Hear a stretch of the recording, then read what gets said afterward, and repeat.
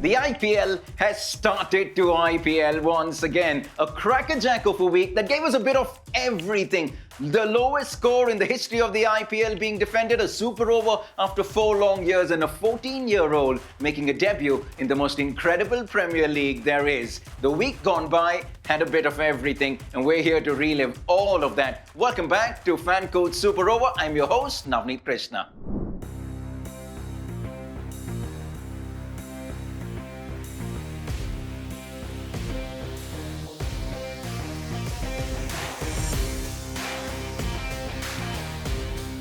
The previous week ended with a manic contest between the Mumbai Indians and the Delhi Capitals, and the following one duly picked up as well. Got to witness the first super over in this season of the incredible Premier League in that game between the Royals and the Capitals, and a game that saw the Rajasthan Royals snatch defeat from the jaws of victory, and that is because we got to see the best of Mitchell Starc nailing those Yorkers for fun and being relentless at it, forcing the game into the super over and doing that once again.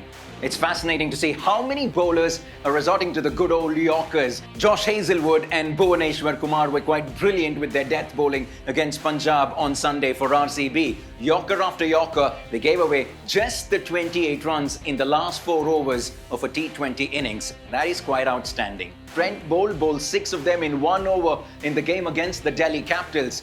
Prince Yadav does it on a regular basis, and his teammate Avesh Khan did a Mitchell Starc in the 20th over to deny the Rajasthan Royals an equation, the same equation that they had in that super over game against the Delhi Capitals. Unfortunately, it's the Rajasthan Royals succumbing under pressure in key moments that's not letting them cross the line. But then again, with the Yorkers, it's a double-edged sword. The same Mitchell Starc who nailed those Yorkers in that super over game against the Rajasthan Royals had a different outing against the Gujarat Titans when he failed to deliver those Yorkers, and Josh Buttler took him to the cleaners. The usage of saliva is another interesting development in this season, and the effect that it's having on reverse swing, even though Mitch Starc doesn't believe it's having any effect. From saliva on the ball to the size of the batters, umpires cracking down on batters was a regular sight this past week. So much so that Sunil Narine and Andrik Nokia were asked to change their bats before the start of their innings. Now, has that had an effect on the eventual scores?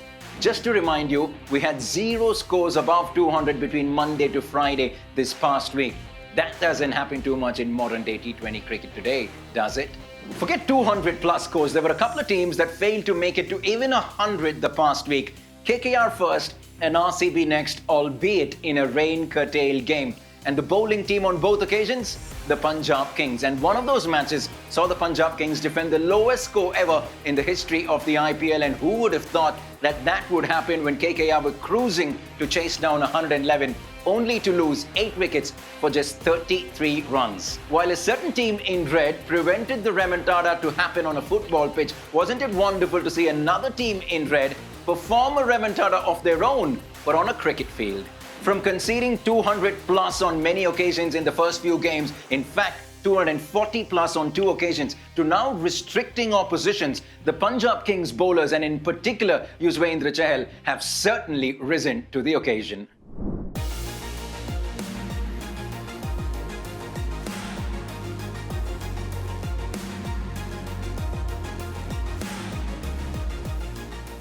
Like the song goes, it was all yellow for Devald Brevis, a post that shook the internet and got fans speculating as to whether he's going to be donning the yellow of the Chennai Super Kings. And soon enough, that development was confirmed. And that wasn't the only reason for CSK fans to celebrate. Thala Dhoni picks up a Player of the Match award in the IPL after 6 long years, and doesn't this post sum it all up? Yusuf Daikic was probably a hitman, but it was Thala that got the job done. And speaking about Player of the Match awards, Tim David's outrageous 50 at the Chinnaswamy certainly saved RCB the blushes.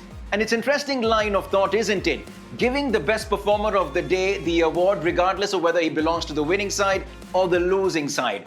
And on that note, are there a few instances that come to your mind where the Player of the Match award should have been given to someone from the losing side? Let us know in the comment section. When the CEO of Google sits up and takes notice, you know he's a special talent. Vaibhav Suryavanshi, at a tender age of 14, steps out and hits his first ever ball in the IPL for a big mighty 6. What were you doing when you were 14? No nerves here for sure. Remember this?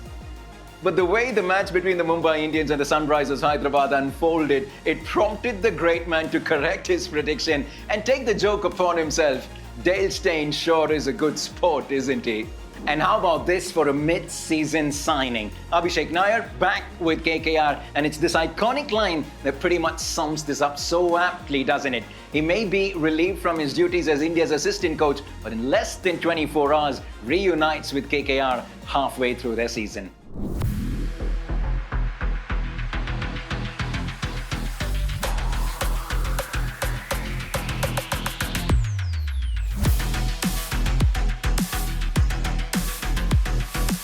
The first half of the season is done and dusted, and it's a good time for us to reflect on certain key players and the results that they've brought in for their respective teams. And as contrasting as the results may be, these players will certainly be the ones in focus as we head into the second half of the season. We'll start with the good old hitman, Rohit Sharma, finally coming good on a Sunday evening to help the Mumbai Indians get over the line against the Chennai Super Kings. Big game, big match performer. With an important week coming up for the Mumbai Indians, who knows, Rohit Sharma could well be targeting a misfiring SRH bowling lineup for him to get back to form and to help the Mumbai Indians crawl up that points table. One man in orange who's had decent success this season has to be Purple Patel. First time as a Sunriser in the 6 games so far, 9 wickets and a wicket almost every 13 deliveries. What you get with Harshal Patel is that he bowls the tough overs, he'll execute his variations and he'll break partnerships at will. Quiet and understated, but it's incredible how often he does it. First for RCB, then with the Punjab Kings, and now he's doing it for the Sunrisers Hyderabad. From a man who's worn the purple cap before to a man who's donned the orange cap before, there is a reason why everyone called Jos Buttler Jos the Boss. The 34-year-old Englishman has taken to his new franchise like fish to water in a new role as the number 3 batter for the Gujarat Titans, and his recent knock against the Delhi Capitals reminded everyone why he is still one of the best in the business. 7 matches so far this season, 315 runs at an average of 63, striking at over 164. Skills, smarts and execution in all its glory. The 34-year-old is telling everyone there is plenty left in the tank as Jos Buttler is really lighting up the IPL. A team that let Jos Buttler go though, the Rajasthan Royals, boy must they be bitterly regretting their decision. Not least because their own campaign has not exactly taken off. That, however, hasn't dampened the spirits in the RR camp. Let's just take a look at this exclusive footage from behind the scenes. आज हम खेलेंगे impostor challenge powered by Dream 11।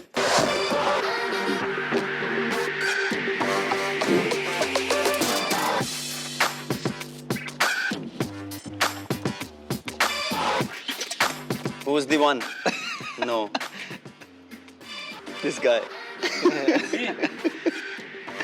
नहीं मैं नहीं हूँ ये तो अरे नहीं हूँ मुझे तो ये लग रहा है ये नहीं है सच में हाँ मुझे तो तू ही लग रहा है he's the guy I think real मैं बोल रहा हूँ मैं नहीं हूँ मैं बता रहा हूँ लास्ट में कर रखे मैं चल मैं भी कर देता मैंने बोलता ये बंदा देख लो हम नहीं जान पाए हमारी टीम में कौन है हमें तो बुद्धू बना दिया क्या आपको पता है आपकी टीम में कौन है Play on Dream 11, make your team and win team. While the Rajasthan Royals look to turn their campaign around, there's plenty more exclusive footage that you can find from the RR camp on Royals Corner. Get onto the FanCode app and watch it all now.